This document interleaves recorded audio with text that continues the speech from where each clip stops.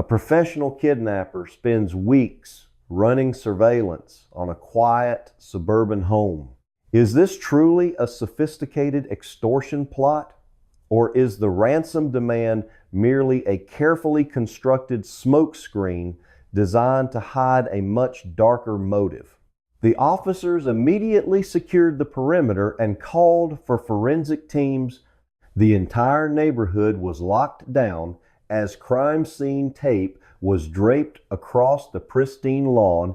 What started as a missed church service had escalated within hours into a frantic search for a missing and highly vulnerable woman. The tactical precision of the camera blackout contrasted violently with the brutal reality of what was left behind. The perpetrator was smart enough to blind the digital eyes of the house, but he was not careful enough to leave the physical world completely clean. The physical world always holds on to the truth. And the truth left on that porch was about to shatter the narrative of a clean, quiet extraction. The physical evidence immediately elevated the threat level to critical.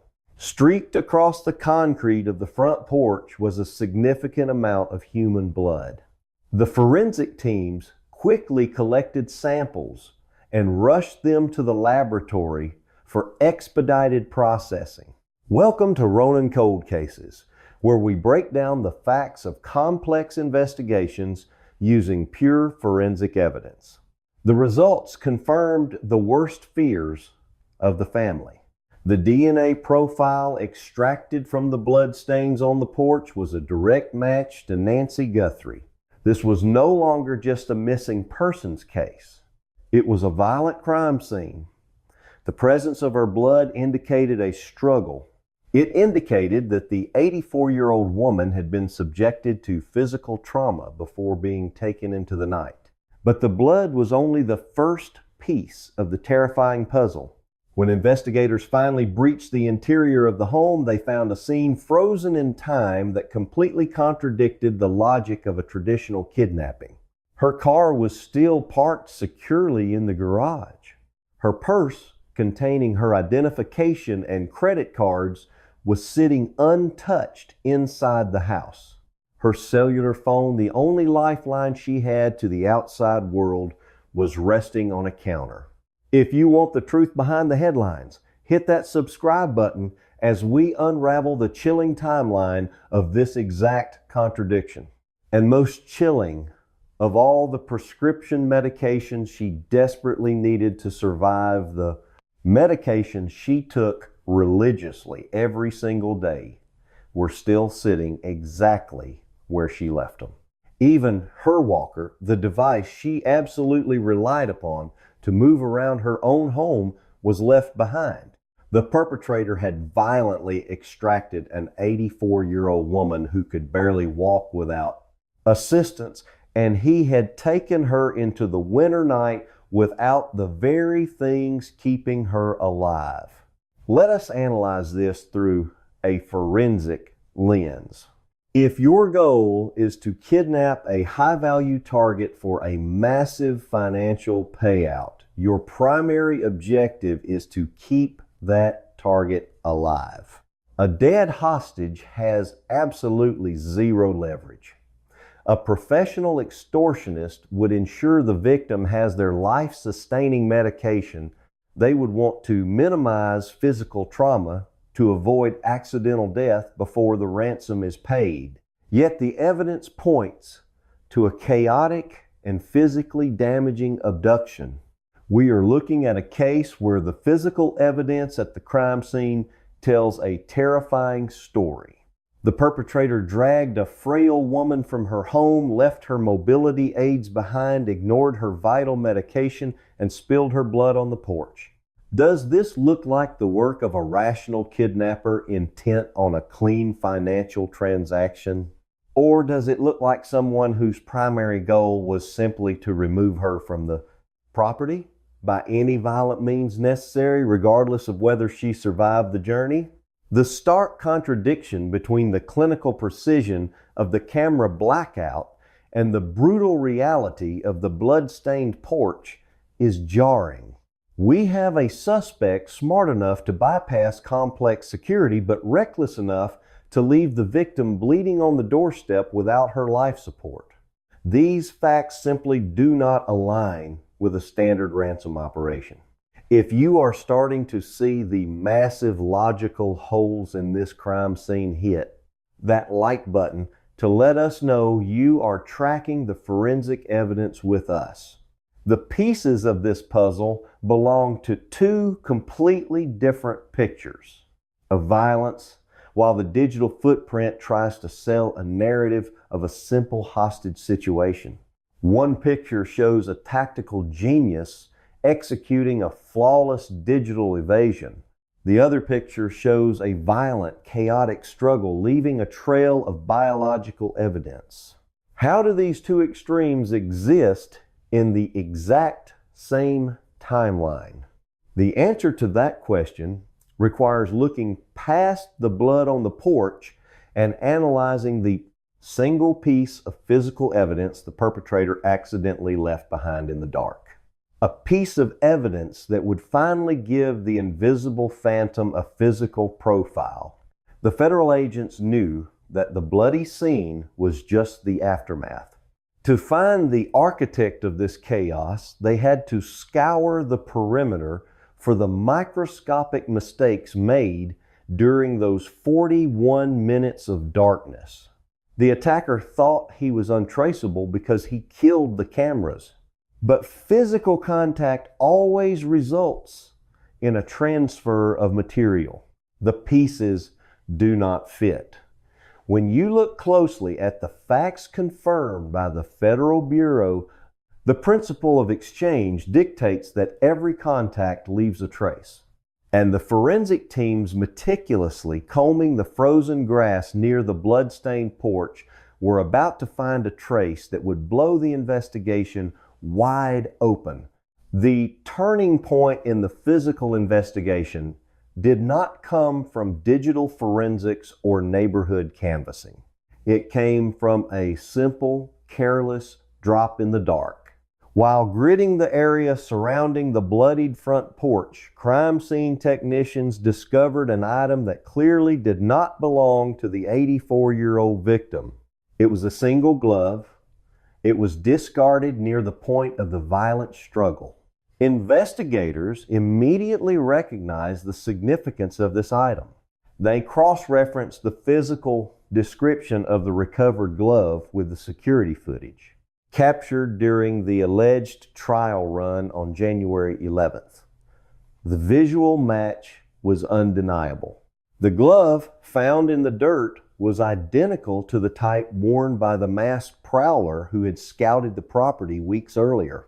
Investigation and cross-reference them with the physical timeline, a disturbing picture begins to emerge. This was not random trash blowing across a lawn. This was a piece of the tactical gear used by the attacker. The laboratory technicians carefully swabbed the interior lining of the glove, targeting the areas where friction would inevitably scrape skin cells from the wearer. The extraction process was successful. They isolated a full strand of deoxyribonucleic acid. The genetic profile did not belong to anyone in the Guthrie family. It belonged to an unknown male. The phantom finally had a biological signature. The Federal Bureau of Investigation now had a definitive piece of biological evidence tying a specific unknown male directly to the scene of the abduction.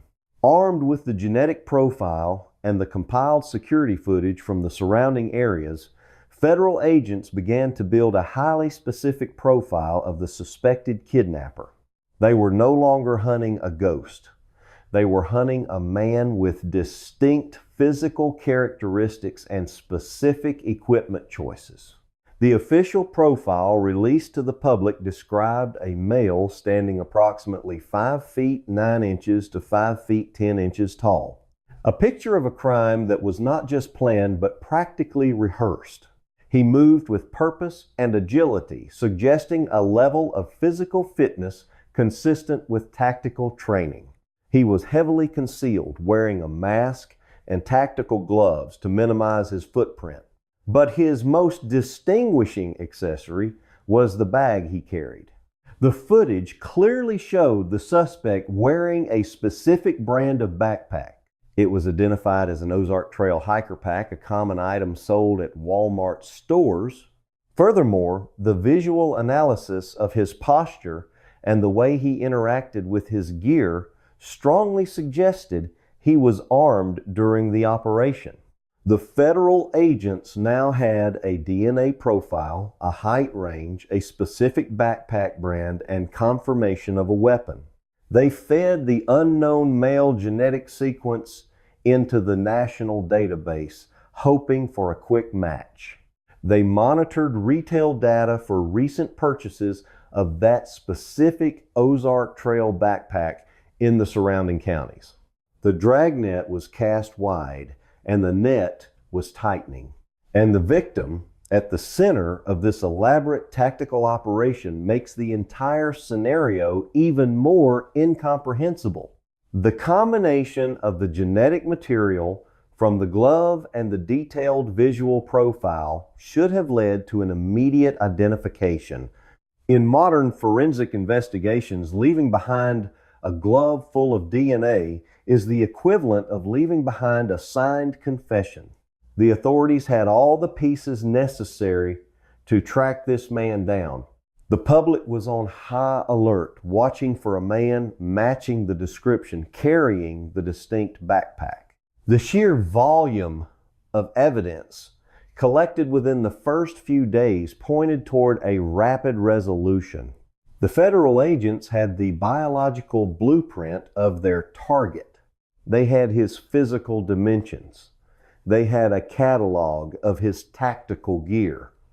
The arrest seemed inevitable. It felt as though it was only a matter of days before the unknown male would be matched to a name and a face. However, the rigid structure of the forensic investigation was about to collide with a massive wave of public noise. Just as the physical evidence was bringing the profile of the killer into sharp focus, we have to examine why a perpetrator with this level of skill and preparation would target someone. The media narrative surrounding the case began to violently spiral out of control.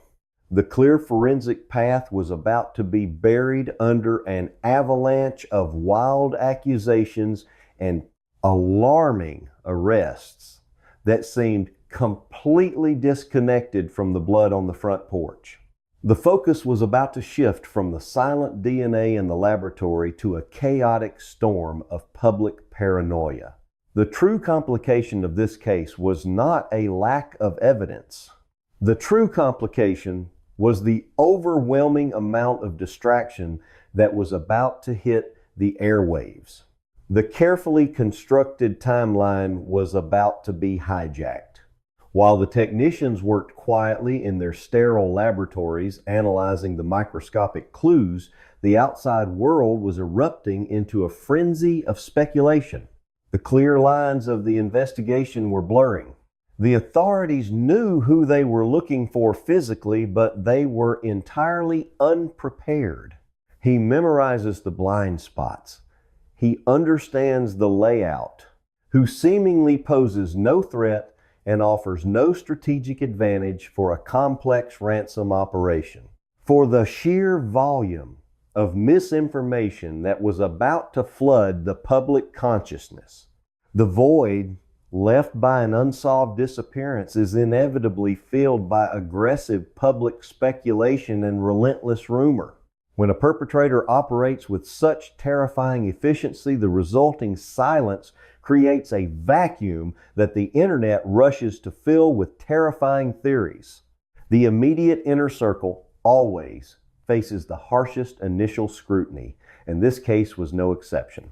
The closest relatives, Savannah, Cameron, Annie, and Tommaso, were instantly thrust into an unimaginable dual nightmare. They were forced to endure the agonizing uncertainty of a missing loved one while simultaneously fighting off vicious online accusations. Amateur investigators and digital mobs began dissecting every fragment of their lives, searching for hidden motives or financial incentives. The pressure on local law enforcement to interrogate the domestic environment was crushing. It is a statistical reality that many victims know their attackers, and the public demanded answers from the people closest to the epicenter. However, the lead investigative authority, Pima County Sheriff Chris Nanos, took an unusually aggressive stance to kill this specific narrative before it could permanently taint the investigation. The deeper we dig into the forensic timeline, the more the official narrative fractures. After conducting exhaustive interviews, reviewing cellular tower pings, and thoroughly vetting every possible alibi, the sheriff issued an unequivocal public mandate. The family members were entirely and officially cleared of any suspicion. The rigorous forensic data simply did not support a domestic conspiracy theory. The physical evidence pointed outward toward a highly organized external threat, but eliminating the inner circle from the suspect list did not pacify the terrified community. It achieved the exact opposite. It confirmed the horrifying reality that a highly trained stranger, a phantom capable of bypassing complex security, was actively hunting within their neighborhoods. And just as the collective anxiety reached a boiling point, an entirely separate law enforcement action completely derailed the public narrative and plunged the region into absolute panic. The structural integrity of the entire investigation was threatened by an arrest that seemed ripped from a conspiracy thriller.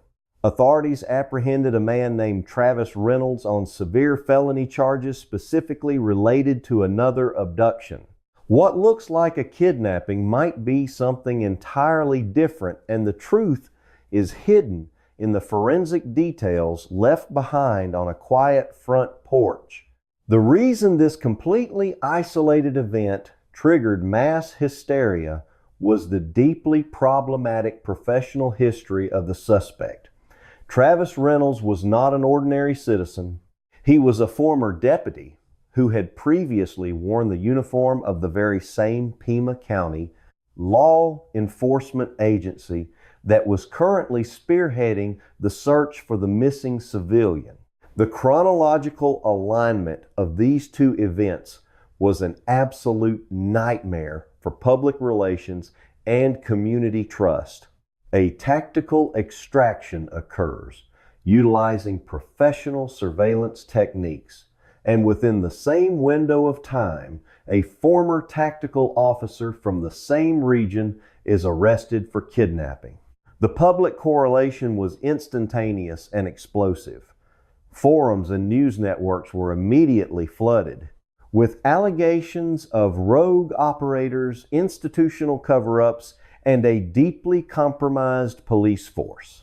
The dedicated detectives working the bloody porch scene suddenly found their crucial work overshadowed by a massive regional scandal. They were forced to divert critical resources away from analyzing the biological profile just to manage the overwhelming wave of public distrust. They had to publicly and repeatedly deconstruct the timeline to prove that the disgraced former deputy was categorically, completely uninvolved in the primary investigation. Let us step back and look at the actual forensic timeline to understand how this impossible puzzle was put together piece by piece.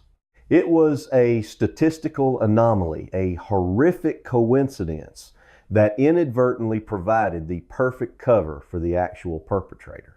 The absolute chaos generated by the arrest of the former deputy created a dense, blinding fog over the entire county. The real architect of the crime, the unknown male whose genetic material was locked in an evidence vault, remained completely insulated while the community turned its anger toward the local authorities. This highlights the most dangerous phase of any high-profile investigation. The truth is incredibly fragile, and it is easily buried under the weight of sensational coincidences and misdirected public outrage. The perpetrator actively benefits from this exact type of systemic distraction. He did not use a traditional drop site. He did not make a traceably distorted phone call. His approach was purely digital and entirely performative. The target of this highly coordinated tactical strike was Nancy Guthrie. Tell us your thoughts in the comment section below regarding how media frenzies impact ongoing police work. The investigators desperately needed to cut through this deafening noise and return to the cold, hard facts. They had to ignore the screaming headlines about corrupt cops and focus entirely on the silent biological evidence. But just as they managed to push past the scandal, they discovered that the Phantom had finally broken his silence. The perpetrator had initiated contact, but his chosen method of communication was so bizarre and contradictory that it threatened to unravel everything the authorities thought they knew. The tension within the community was no longer just about a missing person, it was about a fundamental collapse of security. The public felt entirely exposed and vulnerable. The moment a ransom demand is issued, a kidnapping investigation fundamentally changes its operational structure. It transitions from a rescue mission into a high-stakes financial negotiation. The perpetrators finally reveal their ultimate objective, and the authorities can begin tracing the communication lines. But the demands that surfaced in this deeply unsettling case shattered every established protocol of criminal extortion. She is an 84-year-old woman living a quiet and heavily routine dependent life. The attacker did not attempt to contact the wealthy and desperate family directly. The relatives publicly stated they were fully prepared to liquidate assets and pay whatever price was necessary to secure a safe return. They waited in agonizing silence beside secured phone lines. The call never came. Instead, the individual claiming responsibility bypassed the family entirely and initiated contact with the entertainment news outlet TMZ and the local television station KOLD. The communication arrived in the form of encrypted emails demanding an astronomical sum to be transferred exclusively via untraceable cryptocurrency. This is the critical moment where the forensic timeline and the psychological profile violently collide. Why would a highly organized tactical unit ignore the guaranteed payout from a willing family and instead attempt to negotiate an anonymous digital transaction through a gossip website? The answer to this specific question changes the entire trajectory of the narrative. To understand the sheer absurdity of this tactic, we must examine the professional analysis provided by former Federal Bureau of Investigation agent Harry Trombitas. She is entirely sound of mind and possesses a sharp intellect, but her physical reality tells a different story. According to his extensive experience investigating complex abductions, genuine ransom kidnappings are statistically incredibly rare in the modern era. They require massive logistical support, safe houses, and continuous dangerous communication. The risk of exposure increases exponentially with every single day the victim is kept alive. It is a high-risk, low-reward endeavor for all but the most sophisticated international syndicates. A true extortionist requires one absolute, non-negotiable element to force a payment. They must provide proof of life. They must demonstrate beyond any doubt that they possess the target and that the target is currently surviving. In the emails sent to the media corporations, there was absolutely zero proof of life attached. No recent photograph, no recorded audio, no specific answers to private questions that only the victim would know. They offered nothing but empty digital threats. The family remained totally isolated, receiving no verifiable evidence that their loved one was even still breathing. When you analyze the complete lack of direct contact, the absence of any survival evidence, and according to statements from her family and confirmed by major news networks, she has severely limited mobility, the bizarre choice to involve entertainment journalists, a terrifying new reality takes shape. The cryptocurrency demands were never a genuine attempt to secure a financial windfall. They were a carefully constructed narrative device. The emails were a smokescreen. The perpetrator understood that the media would aggressively report on a sensational crypto ransom plot. He deliberately fed them that specific storyline to force the federal agents to waste thousands of man-hours chasing digital ghosts through complex blockchain ledgers. He wanted the authorities looking at computer screens instead of looking at the ground. This revelation completely recontextualizes the physical evidence left on the concrete porch. If financial gain was never the actual goal, then the violent struggle was not a botched extraction. It was the primary objective.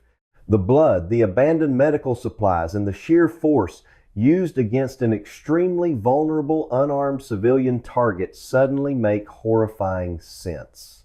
The Phantom did not infiltrate that house to secure a hostage for negotiations. She relies on a walker to navigate her own home. He breached the perimeter to execute a specific violent act, and he used the modern fascination with digital currency and media spectacle to cover his tracks. The entire Ransom narrative was a highly effective psychological weapon designed to misdirect the justice system and delay the inevitable discovery of his true motive. This was never a negotiation. It was a theatrical performance designed to obscure a targeted strike. The complexity of the camera blackout, the precise trial run, and the tactical gear were all utilized to ensure the success of this singular devastating event. The realization that the financial demands were merely a sophisticated illusion forces us to view the perpetrator not as a greedy extortionist, but as an incredibly cold and calculating predator. The narrative angle shifts from tracking money to understanding pure malicious intent. The sheer audacity of using media outlets as unwitting accomplices in a disinformation campaign shows a deep understanding of modern news cycles. The attacker knew exactly how to manipulate the public attention span. He threw a piece of digital bait into the water and watched as the entire investigative apparatus swam after it. More importantly, she is dependent on a strict daily regimen of prescription medications just to maintain her basic health and survive. But while the smokescreen successfully dominated the headlines for weeks, it could not permanently erase the biological reality locked away in the evidence room. The digital deception was brilliant, but it fundamentally failed to address the physical consequences of the home invasion. The smoke eventually clears from every crime scene. The sensational headlines regarding untraceable digital currency slowly fade from the front pages. The frantic media broadcasts regarding rogue deputies are replaced by newer, unrelated scandals. What remains when the public noise completely subsides is the chilling reality of an empty house and an unsolved absence. The victim is still missing. The concrete porch where the violent struggle occurred has long since been sanitized and cleaned, but the invisible scars of that 41-minute window of darkness remain permanently etched into the foundation of the home. The family continues to exist in a state of suspended animation, waiting for a resolution that seems increasingly distant.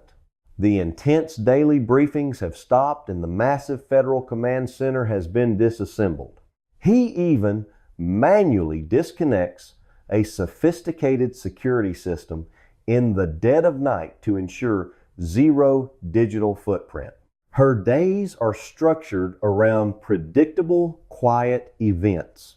The case has transitioned from an active, tactical pursuit into a grueling forensic waiting game. The investigation now relies entirely on the silent patience of science. The genetic profile extracted from the discarded tactical gear, the single mistake made by an otherwise meticulous phantom, has been uploaded into the combined DNA index system. That microscopic string of biological code represents the entire weight of the justice system in this case. It sits quietly in a massive federal database, constantly running automated comparisons against millions of known criminal profiles. The authorities have secured an open warrant tied directly to that specific genetic sequence. They do not have a name, but they possess the undeniable biological blueprint of the attacker. The perpetrator may believe he successfully outsmarted the massive investigative apparatus.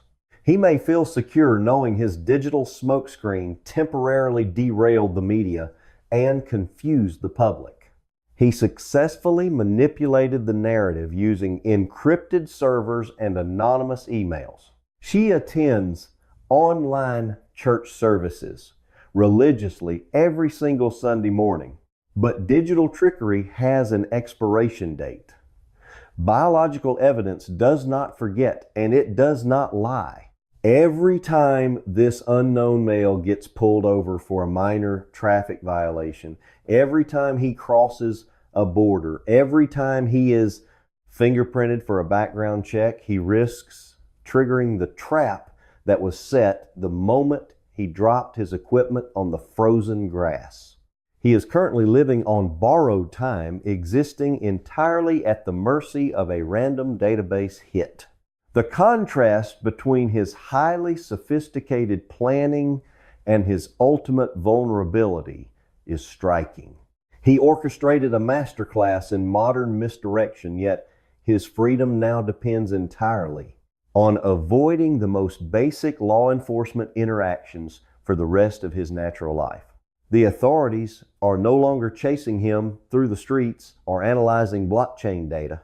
They are simply waiting for him to make a completely mundane error. The trap is set and the steel jaws of the federal database are waiting to snap shut. She has dinner with her family.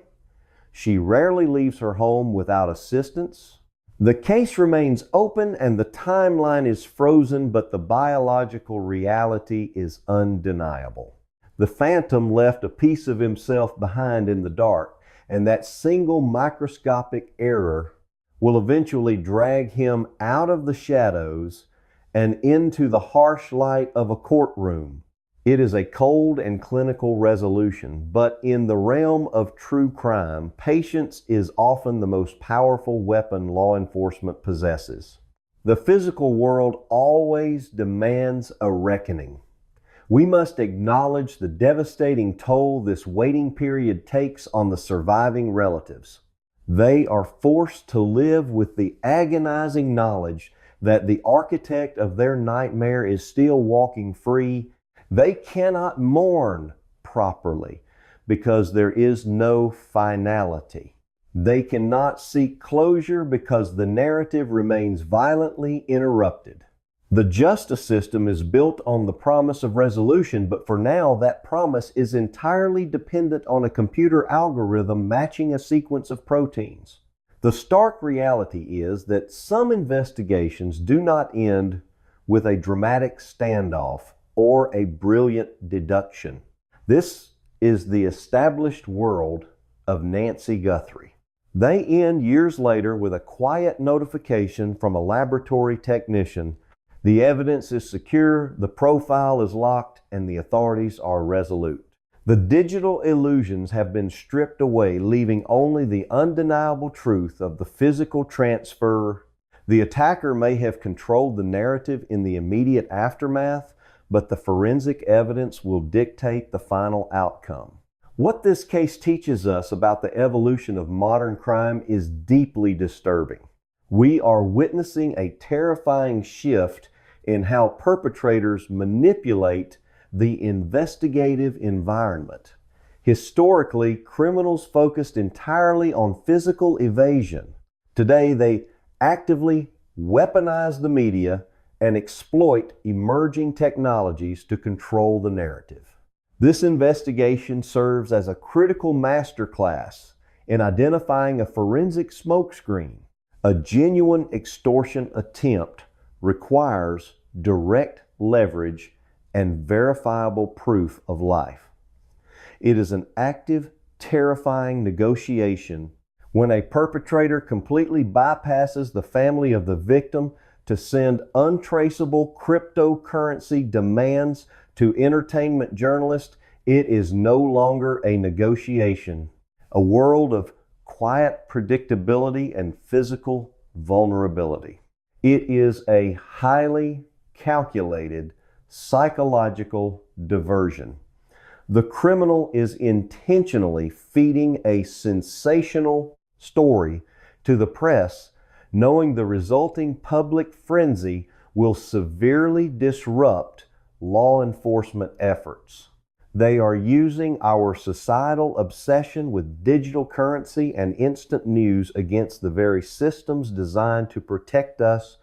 This represents a dangerous evolution in criminal methodology, where the attacker creates a secondary digital crime scene specifically designed to contaminate the primary physical investigation.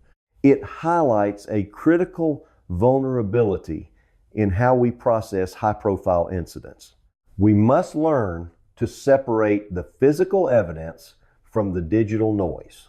The justice system and the public must become highly resistant to these sophisticated distraction campaigns, focusing exclusively on the verifiable forensic truth rather than the theatrical digital lies. By understanding the mechanical difference between a legitimate ransom demand and a media-focused manipulation, we can better equip our communities to identify these malicious tactics. The integration of cyber elements into physical violence means investigators must now be as proficient in analyzing media strategy as they are in processing biological material.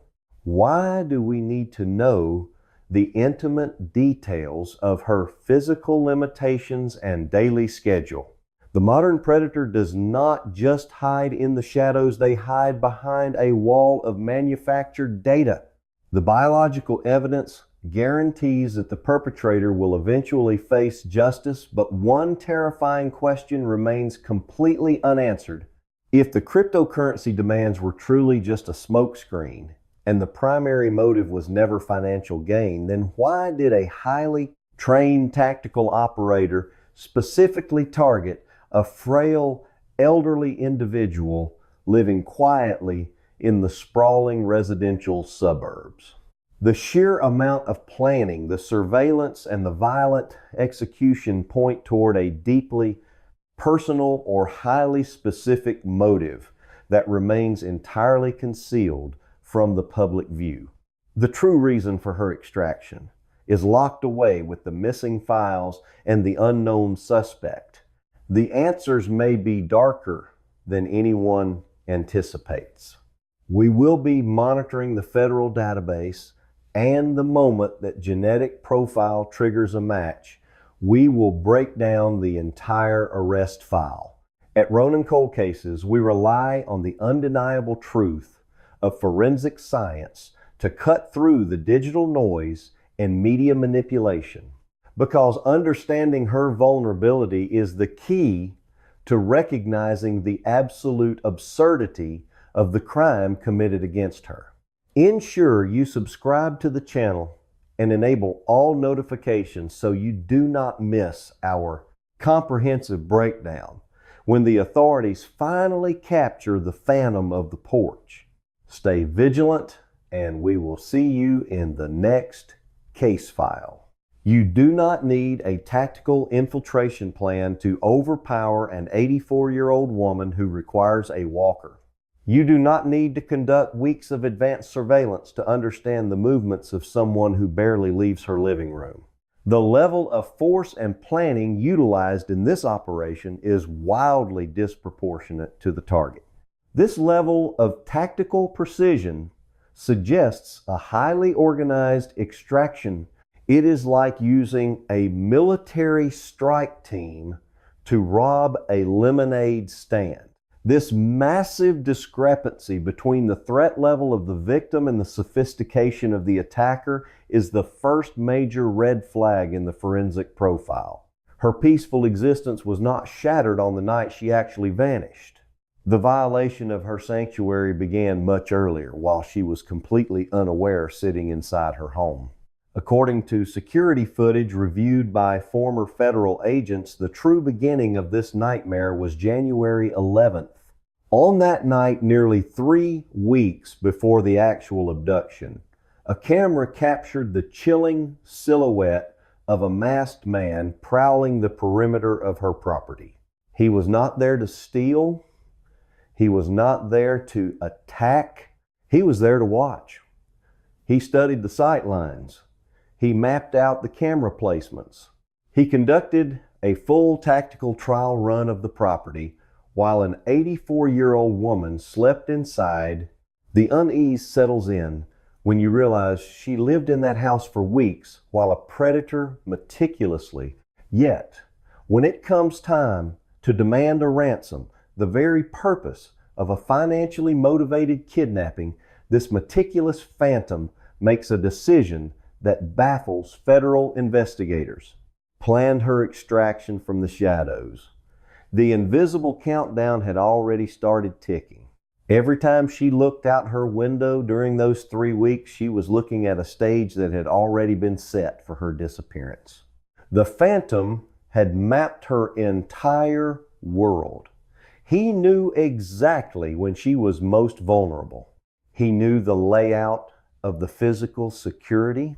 He was simply waiting for the perfect moment to execute a plan that had been refined through actual physical rehearsal on her own lawn.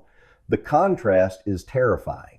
Inside the house, you have an elderly woman whose biggest daily challenge is remembering her medication schedule and tuning into a digital church service.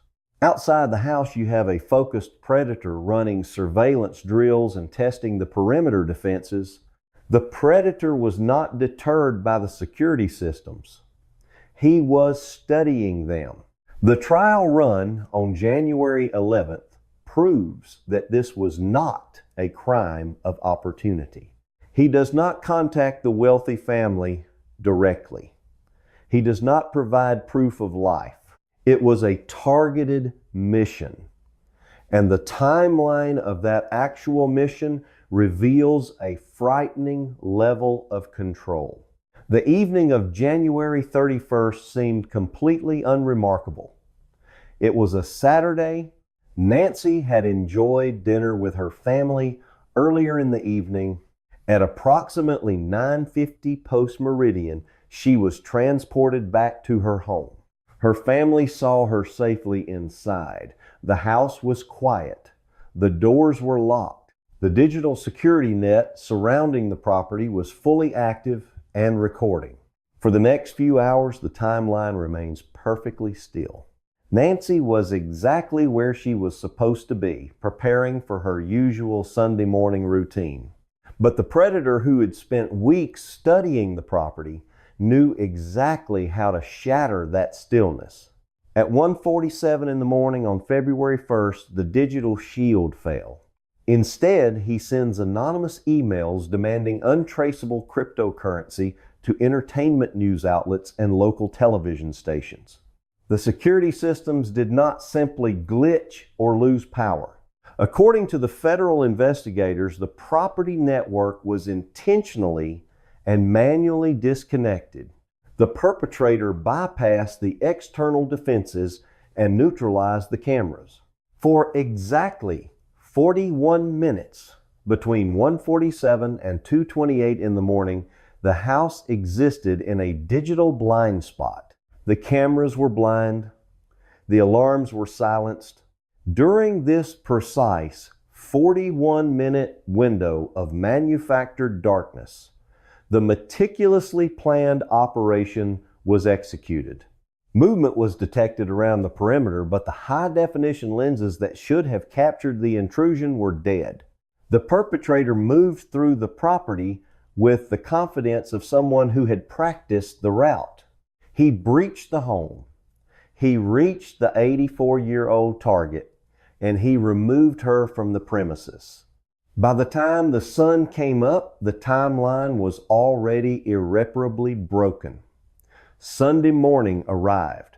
Why would a tactical ghost risk his entire operation by playing games with the media instead of quietly securing his payday?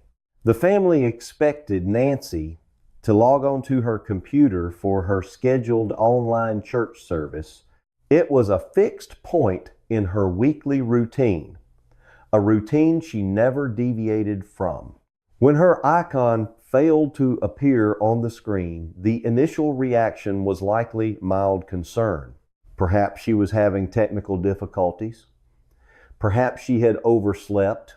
But as the morning progressed and phone calls went completely unanswered, the mild concern rapidly escalated into absolute panic. The family members, knowing her severe physical limitations and her reliance on daily medication, immediately contacted the local authorities. The police dispatched units to the residence for a standard welfare check. The officers arrived at the quiet suburban home expecting to find an elderly woman who had perhaps suffered a fall or a medical emergency. They approached the front door. The exterior of the house looked completely normal at first glance. There were no obviously shattered windows from the street. This is the central question haunting the authorities. The front door was not hanging wide open. But as the officers stepped onto the front porch, the illusion of normalcy instantly evaporated. They did not find Nancy inside recovering from a fall. They did not find a quiet, empty house. They found something that immediately transformed a routine welfare check into a massive federal investigation. The evidence waiting for them on the concrete porch proved beyond any shadow of a doubt that Nancy did not simply wander off into the night. She did not leave voluntarily. The 41 minutes of digital darkness had concealed a violent confrontation, and the remnants of that confrontation were permanently stained into the architecture of her home. The timeline of her quiet life had been brutally severed, and the investigation was about to uncover a scene that defied all logical explanations for a simple kidnapping.